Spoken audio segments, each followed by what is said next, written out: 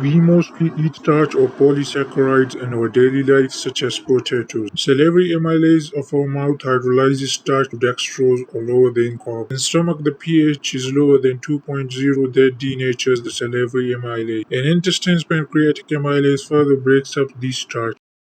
The residues formed by pancreatic amylase are cleaved by brush border enzymes to monosaccharides such as glucose, fructose, or maltose. There are three main types of brush border enzymes for carbohydrates: sucralose, sucrose, glucose, and fructose. Lactase splits lactose into glucose and galactose, while maltase splits maltose and glucose.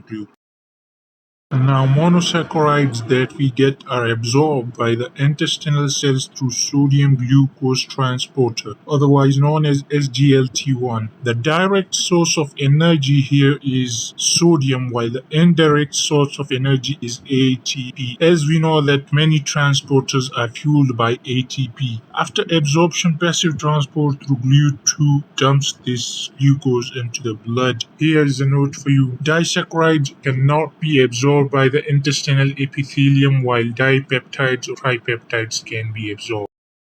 Let's compare the carbohydrate curve of a normal person to a diabetic after a high carbohydrate. Y-axis represents glucose concentration while x-axis represents time. When a normal person eats a high carbohydrate meal, the glucose concentration in blood rises and reaches max in 45 minutes, while come back to normal in about 90 minutes, hence giving a bell-shaped curve. For the diabetic patient, the curve rises in the same way, but it takes too much time to come back to its normal position because of no insulin. Here is a problem. Before coming to its normal position again, the person eats another meal and the glucose skyrockets.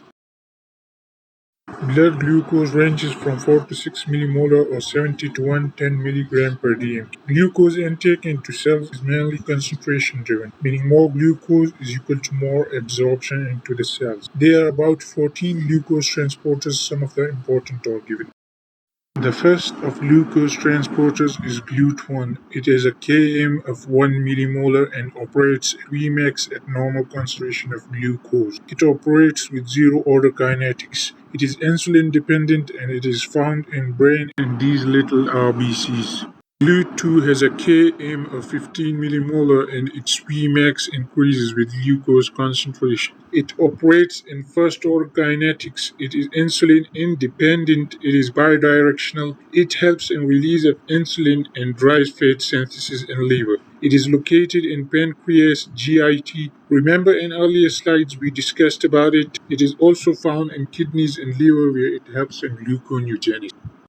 Let's discuss glucose absorption from intestines and its transport to blood in detail. At first, SGLT1 that we discussed earlier absorbs glucose into enterocytes with transport of 2 sodiums for 1 glucose. From there, glucose uses the famous GLUT2 to cross the barrier and move into the blood. GLUT3 has a Km of 1 millimolar, same as GLUT1, and in normal concentration of blood glucose it works at Vmax. It works at zero-order kinetics and it is present in most of the body tissue.